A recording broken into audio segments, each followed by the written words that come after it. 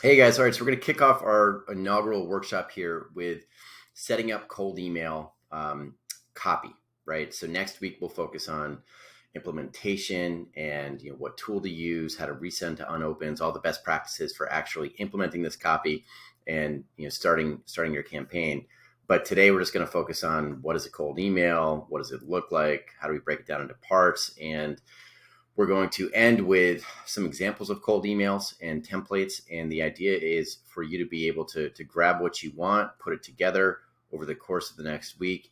You can drop your copy into the activity feed of the workshop and we can all comment on it. We'll give you our feedback, not only in the activity feed, but in the dedicated co-working sessions. So that's what this is going to look like, right? This really is an accelerator. We're showing you what's worked with BizNexus Concierge, what's worked in the industry, and then some other examples. And then we're letting you kind of take that and build on it. That's the whole point of the community, is to teach you how to fish, so to speak, right?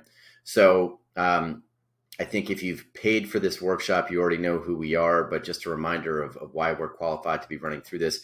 We've got a front row seat to the industry, right? We only work with M&A. We work with private equity, buyout, family offices, intermediaries, everybody who's focused on deal origination. We've been focused on Main Street in the past with BizNexus Concierge, but COVID really pushed us up into the middle market, and so this community is a solution for some of those Main Street professionals who may have been priced out of BizNexus Concierge, where we're showing you how to do this, right? We're teaching you how to fish. So we're going to show you the process, and if you have the time and you want to learn and you want to implement, that's the goal here.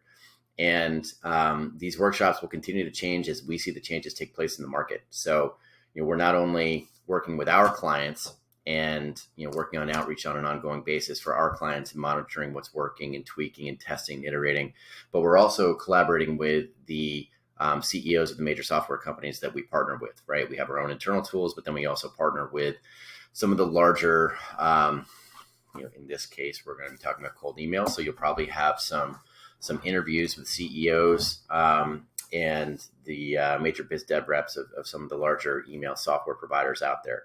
So stay tuned for that. But we do collaborate with the leaders in the industry, and we do have a front row seat with our clients and what we're doing on an ongoing basis to make sure we get the results that we need to continue on with BizNexus Concierge the way we have. So today, what we're going to walk through, we're going to do a cold email overview and why this is particularly relevant right now with all the changes that have taken place, not just with COVID, but over the past 6 months or so with some of the changes that have taken place on some of the social platforms that's pushed a lot of people into the cold emailing space, a lot of agencies into the cold emailing space, which basically has just made it more noisy. So how do we adjust for that? We're going to walk through the anatomy of a solid cold email model, right? What we've seen work. We're going to go through some examples of cold email formats. We're going to show you some templates. And then for the weekly challenge, we're going to drop the templates. We're going to drop the slides all in the workshop, and you'll be able to take that copy and apply it to your own business. So we're starting at 101, right? So if you've walked in cold, that's kind of where we want to begin. If you don't know what a cold email is, this beginning section is going to be for you. If you do know what a cold email is, maybe just hit the forward 30 seconds prompt a few times and scoot past this. But a cold email, per Wikipedia, this is definition. I'm not going to read it, but what I like is the analogy of cold calling, right? It's the email equivalent of a cold call. You want to think about a cold email as a personalized one-to-one message targeted at a specific individual. Personalization is the key. You're going to hear me say that a lot today. In a crowded environment like the one that we're in today, it's now the beginning of November 2021, very crowded online. The key to making this work is personalization. We're going to show you how to do that at scale. The aim is to make a good first impression, right? To get into a business conversation with that individual, right? You're not punching in and saying, trying to get the engagement, trying to get the transaction, trying to get the contract to sell a business. You are letting them know who you are, what you do. You want to hit them right between the eyes with your value prop, and you want to make the ask to see if the timing is right. But if it's not, then ideally we're pulling these prospects over into a nurturing program, which we'll start to cover in next month's workshop when we're covering social selling and nurturing. So canned spam, we've got to cover that.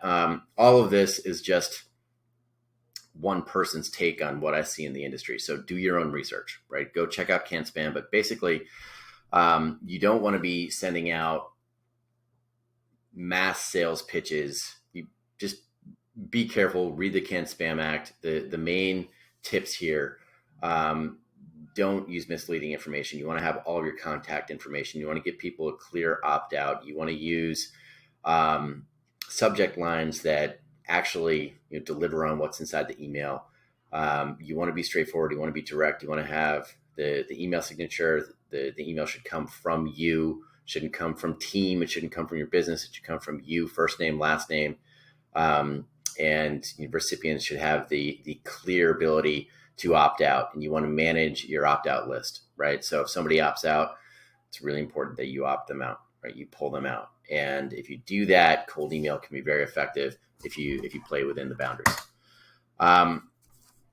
What's the goal of a cold email? Again, we're looking at starting a business relationship, right? So with M&A, and again, you'll probably hear me say this a lot today, the worst thing that you can do is burn your brand right from the start, right? Rule yourself out of a potential transaction. So if you're a Main Street business broker working in a geographic territory, right? We were speaking with someone in the workshop yesterday who was just covering Massachusetts and some of Rhode Island.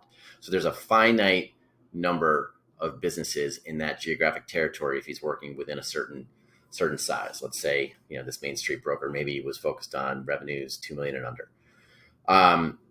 If you go out and run a cold email program for all of the owners, like with all the databases and all the data that's available out there today, it's relatively easy to get a list of these business owners and approach them. And if you do it the wrong way, you're potentially burning your brand by making a first impression with business owners who will forever remember you as the spammy salesperson who sent the wrong approach, right? So be careful with this. It's a very powerful tool, but you want to be mindful that you're in it to start the business relationship. You're meeting your end prospects in the conference at scale, right? So think of how you'd start that conversation at the conference, right? If you just walked up to somebody and you just immediately started being salesy, like maybe that's your style. If it is, more power to you.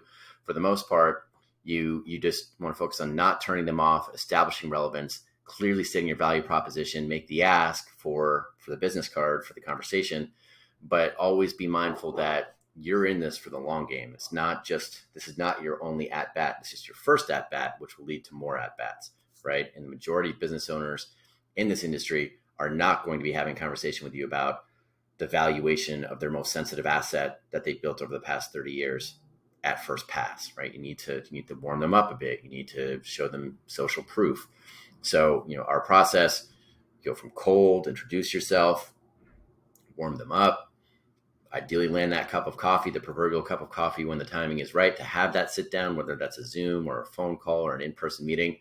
And then if the engagement isn't there in that moment, you better have them in a system for staying in front of them, right? In a nurture program. And again, we'll be covering that in other workshops. But for the purpose of the cold email, you are making an approach, and you want to put yourself in the role of the qualified authority, right? You are a doctor curing an illness. You're not a salesperson selling a vacuum, selling a product. You are solving a problem, right? You are here as a solution to solve a problem, and you are that qualified authority to do so.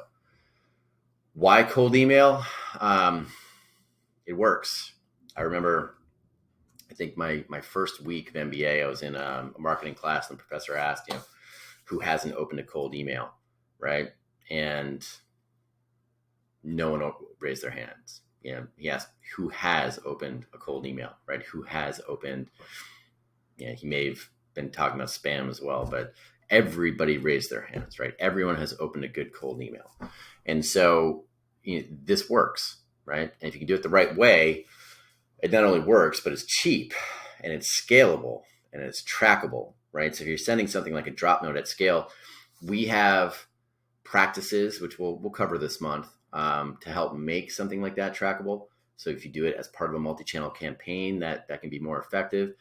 But a drop note isn't trackable by nature, right, at all. With a cold email, you can make sure that this message gets in front of your prospect at least one time, and you can confirm that that email has been opened, that your value proposition as a business intermediary, right, has been seen by your end target prospect who opened the email, who is a business owner that fits your target prospect criteria, right? You can verify that. So what that means is, if you do this the right way, you can make sure that your end target prospect sees that message one time and one time only before you move on to other messaging. So you're not peppering them with your brand. You're making sure that what you want to get in front of them gets in front of them at least one time if you're doing this the right way, right? So you're getting that really great first impression conversation in the conference. You're making sure that you're having that conversation with every target prospect in the conference at least one time if you're doing it well. That's where this works out to be extremely effective. The other piece, cold email, there have been a lot of changes with LinkedIn. We'll hop into that in a second. But on any of these other social platforms, you have to be on them. It's just part of doing this in 2021. That's the name of the game. You've got to play the game for each platform as those platforms continue to change. But you are beholden to the algorithm, right? You need to play the game of whatever social platform you're on. With cold email, that's not necessarily the case, right? You need to follow best practices, but you can get your message and you can get in front of them, and then you have control over where you're pulling that prospect. So very effective, and open rates, response rates, we'll get into those, but it's tough to compete. Now, what's happened over the past 12 to 18 months with COVID? Everyone's gone digital, right? There has been a massive uptick in people interested in business acquisition and sale, particularly business acquisition. So if you're an intermediary and you're listening to this, you, over the past 12 to 18 months, you have probably gotten more engaged with everything digital sales, digital marketing, social selling, ideally. I mean, that's why you're in this workshop. It's probably why you're signed up as a premium member in the community. But this whole great resignation thing, that has translated directly over to business acquisition, right? We've seen this firsthand on the BizNexus platform. You have all of these, we call them corporate run-ins, right? Or corporate refugees, people who have done pretty well. They've got budget. Maybe their kids are old enough where they can go do something entrepreneurial. And instead of starting something from scratch, they're looking at acquiring an existing business with cash flow. We've all seen this uptick, but so have sellers, right? So every one of those owners, if they're out there, every one of those entrepreneurs, if they're out there actively looking for a business, they probably put together some sort of crappy email drip that's targeted to their end target prospect, i.e. the business owner. So the business owner, if you put yourself in the seat of the business owner, they're getting a hell of a lot more emails today than they were 12 to 18 months ago, because it's not only coming from the intermediaries, it's coming from everybody who wants to get in front of that seller who's interested in potential acquisition, whether that's an individual acquirer or buyout groups, cheap access to money right now. So acquisitions have been really hot. The companies that have been out there looking for strategic acquisitions have been on a buying spree because they're looking for opportunities in this COVID environment, or just because they're looking to get into something new, to acqui-hire, to acquire talent, to acquire skill sets that they don't currently have in-house. We see that a lot in BizNexus. So you're competing with all of that, and you want to keep that in mind.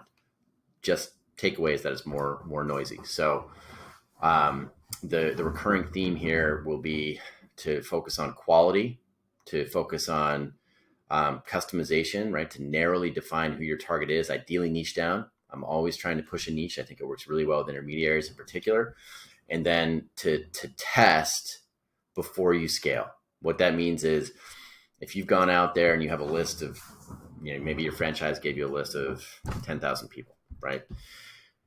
Don't just put together a cold email program and start going after 10,000 people, right? You want to take 100 and maybe A/B test, right? Have one subject on 50, another subject on another 50, and see which one gets the 10% open rate and which one gets the 40% open rate. And then obviously you want to go for the 40. So before you scale, you want to make sure that you nail this personalized messaging, and then only scale after that. Because again, you don't want to burn your brand in this industry. It's a lot of risk. LinkedIn. So what has happened with LinkedIn recently that's affected the cold email outlook in particular? Sorry guys, it's morning here, so I need my caffeine. With the recent changes on LinkedIn, we'll be getting into LinkedIn next week more, so I'm not going to do a deep dive here. But in a nutshell, LinkedIn has just throttled down the ability to connect with people who you don't know, but then they've also throttled up the ability to send in-mails and to follow, and they're switching it up. So it's still valuable. You just have to change your approach. And again, we'll talk about that this month, but that's not the topic for today. But what happened when LinkedIn made these changes, first of all, a lot of agencies got caught off guard because they were doing really well on LinkedIn with some of the spammy approaches that we've all seen throughout COVID on LinkedIn, which kind of turned the platform into a bit of a cesspool. LinkedIn changed that. And I think it's much more valuable today than it was just 3 months ago, 6 months ago. But what happened when they made that change, you had all of these agencies scramble over to cold email, right? And really throttled up their cold email outreach because their LinkedIn programs were not working anymore overnight, right? So again, it's just a factor that has contributed to all of this activity on cold email, which is why we want to do this the right way. Now, how to approach cold email. First, to oversimplify it, you want to think about this in 3 steps, right? First, you have to get people to open the email, right? That's understanding who you're sending the emails to. Ideally, you're niching down. So if you're an intermediary, maybe you're focused on a specific type of manufacturing or HVAC or fintech, right? Or something like not just SaaS, but some sort of subset of SaaS. The more you can niche down, the better you're going to do in this increasingly competitive environment, in my opinion. Especially if you're an intermediary, you have the luxury of being in this game for the long term, so you can build yourself up as a qualified authority within that niche, and then you're going to do really well, in my opinion, right? That's what we've seen work well for our clients. That's what I've seen work well in the industry, and the noisier it gets, the more that's going to be the case. So I'm always going to encourage you to niche down. Your copy for an email, if it's not focused on the recipient, right? If you don't make them feel like you're speaking one-on-one to them, that you clearly understand their business, then it's not going to work at scale. You really need to put yourself in your prospect's shoes before you send anything, right? So, quality over quantity, that's a theme that we'll go through today. A/B testing, we'll show you how to do that, particularly next week when we do the setup and the tool that we're going to feature. But the biggest problems that I see when people come to me and they want advice on cold email, first of all, they'll send me an email without the subject, right? And the subject is really the most important part because that's actually what gets them to open the email. So you want to focus on your subject. You want to make sure that you're not too broad. That's 99% of the time when I review a cold email in this industry. Something somebody has set up is just way too broad. So you want to niche down and expand from there. And it sounds like a lot of work, but it's actually not. Once you get this stuff set up, it is a great way to put the top of the funnel on autopilot to a degree. The second part that you should be thinking about is, okay, if you get them to open it, now you want to get them to actually read it. And you want to make sure that what you're putting in there matches up with the subject line. You don't want to trick them into opening an email. We've all gotten the catchy subject lines that bait you into opening something, right? Like, Adam, I'm extremely disappointed in you. Like, and then you open it and it's a sales pitch. Like, trash, right? Spam. You might get great open rates there, but again, in business acquisition and sale, you're making that first impression, right? Most likely 99%, regardless of how good your cold email is, let's just say 99% of the prospects who you're approaching, you're going to want to have them in this nurture campaign. You're in it for the long haul. You want to establish yourself as a credible authority. You don't want to lose credibility in your first message. So be mindful there, right? Make it short, make it readable, right? So no big paragraphs. You're going to get marked as spam. If you have a long subject or if you have long paragraphs, it screams salesy. Again, put yourself in the shoes of your prospect and ask yourself, would I open this, right? And typically we wind up hacking emails to hell, right? Condensing them, putting them into 3 little paragraphs tops. And a consistent theme in this industry there's a lot of me, right? It should be more you, right? Talk about your prospect, talk about their pain points, talk about their problems. Think about that. So, first step, get them to open the email. Second step, get them to actually read it. Third step, get them to take action.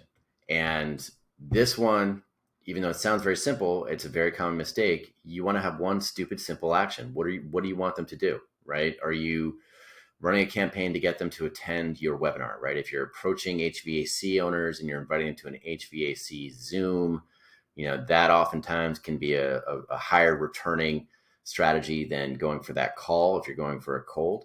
But whatever it is, if it's a call or a webinar or something else, you want to be clear that you have one call to action for your cold email campaign, right? You want to keep it brief, keep it clear, and one call to action.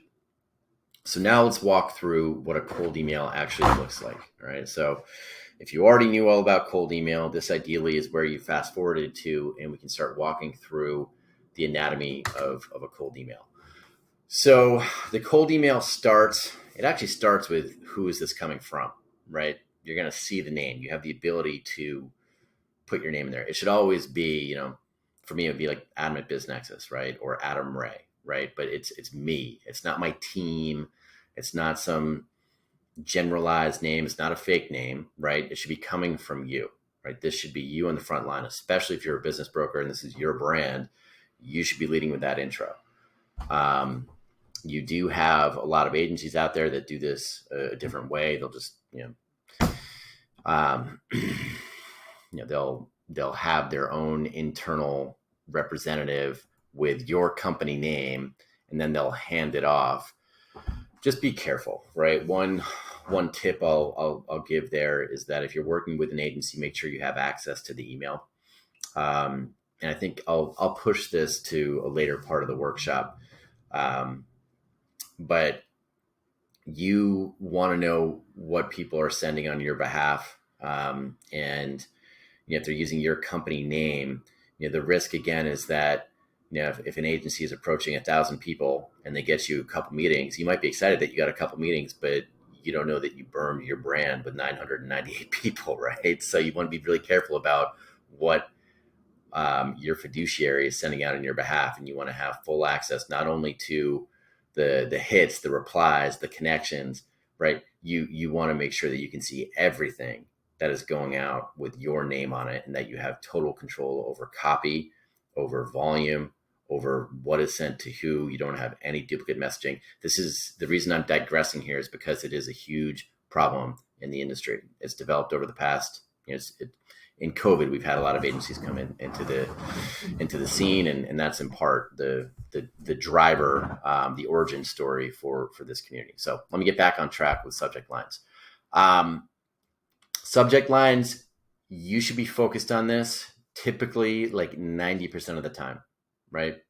I can't tell you how often I see people spend time crafting the perfect long email, which needs to be cut down to a third of what it is, but then the subject line sucks, right? And if the subject line sucks, then you're not getting the opens and no one's reading it, and then you're not getting the desired action. So, subject line gets the open, good copy gets the read, good call to action gets the desired action. Subject line, if you have a list of 1,000 people, ideally for me, if you're with us and you're working on our process, you're going to see at least 600 of that 1,000 people open it at first pass, right? That's a 60% open rate. That's not a line. That's what we're getting in our agency on an ongoing basis. That's what we want to get you on an ongoing basis. We're also going to show you how to make sure that you get your message out to that 40% that didn't open it at first pass. So we'll show you how to do that next week. But subject lines, number one with M&A, just know that this is a first impression, right? Again, think of this as a long haul. Like, even if you have a good cold email drip, we're going to show you how to get everyone into a nurturing program over the course of the next workshop.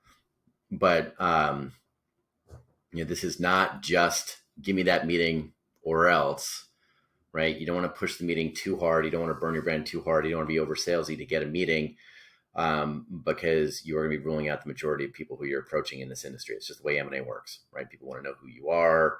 it's the most sensitive asset they own, and it's the biggest transaction of a business owner's life typically. So it's a big ticket sale. You need to earn it. You need to earn the ability to sell, and ideally you're leading with value to do that. The subject line, you want to focus on making it neutral, right? You don't want to rule anybody out. So in today's partisan world, obviously, like, no politics, nothing that is going to right off the bat rule out 50% of your target market. Even if you think it's a witty joke about the state of political affairs, just stay away. Keep neutral, right? I mean, you can be personal, you can be brief. You want to raise curiosity. You want to make sure that the subject line is focused on the prospect, is relevant to the prospect, but keep it casual. Don't sound salesy, and make it an accurate reflection of what you're getting into. So some examples of subject lines that I see working. I'm leading with quick question name here because I want to emphasize name. So quick question is one that I think every agency and cold email out there has been doing for, it's 2021 now, let's just say 5 years, right? This is something that may have worked really well in 2016. And, for me, when I see quick question, I'm just out. But for the typical business owner, they might not recognize that might still, it might still work. But if you personalize it, you're going to do much, much better. And you can test that yourself. We'll show you how to do that next week. But if you A/B test, if you take a list of 100 people and you have quick question on one subject and quick question Adam on the other, I will bet you a beer at the next IBBA conference that quick question Adam is getting at least 10 to 20% higher on the open rate than quick question. And a question about specific, right? Something that's specific to the owner, that the owner cares about. Quick question about your valuation, right? If you're using a variable like company, make sure that you or a VA has scrubbed your list so you don't have like BizNexus Inc., right? So it'd be like BizNexus Inc.'s valuation. You want BizNexus valuation. You want to make sure that the variables have been scrubbed so that they're natural. That's a big part of using variables and making sure that they work at scale. So company's valuation, acquisition opportunities for company, question about company, question for company, right? All of this is going to get a much higher open rate on your emails than if you don't use a variable. So if you're targeting a specific industry, then you can leave out the variable. So if you're going after a list of fintech founders, for example, because you are looking to build up a niche in fintech, we see a lot of that, right? Fintech acquisitions, fintech valuations, those things, even though they don't have a unique variable, they're focused on that specific industry, so they might do really well. Pre-header tips. This one is often overlooked or just missed completely. What is the pre-header? With some emails, it'll either be the first line of your email, or you'll have the ability to put in a custom pre-header. And so when you see an email and you see the name and the subject, you'll see the first snippet of the lead in. That's really, really important when it comes to opening up an email, right? So you don't want to just focus on the subject, but your pre-header is a critical piece of a good cold email.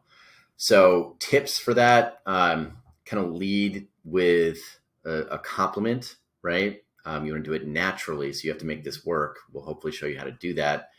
But if you can be complimentary and make sure that they see that it's specific to them, so it feels personalized, right? So it feels like a one-to-one conversation, a one-to-one introduction, a one-to-one email. That's where this is going to work. So using variables, if you can put in something like your prospect's name and their company name and maybe even their industry and put that all into the first line, you're going to see open rates jump, right? Again, test all of this. This is just based on how we've done it and what we see. So, first name would be, Adam. Seems like BizNexus has some solid fintech traction, right? If I see that in a first email, I'm like, oh, this person clearly knows me, knows my company, right? But really, you've worked with a list of fintech founders and you've got, clean data and you're able to do that. But it seems like like a one-to-one conversation. Again, this is the kind of stuff that is just going to separate you from all these other cold emails out there. And if you can use the strategies that we'll show you next week for making sure that email actually lands in the primary inbox and not one of these other promotions inboxes or what have you, you're going to be in good shape. Name, my team focuses on industry and brought company to my attention, something like that, right? Adam, my team focuses on fintech, brought BizNexus to my attention. I'm going to open that, right? I'm going to see what you have to say. Pre-header is just behind the subject in terms of importance when it comes to opening. Now, following that, right, subject, pre-header, now you've got the intro. And the intro has to be very relevant. So again, think variables, right? Think you're speaking to me.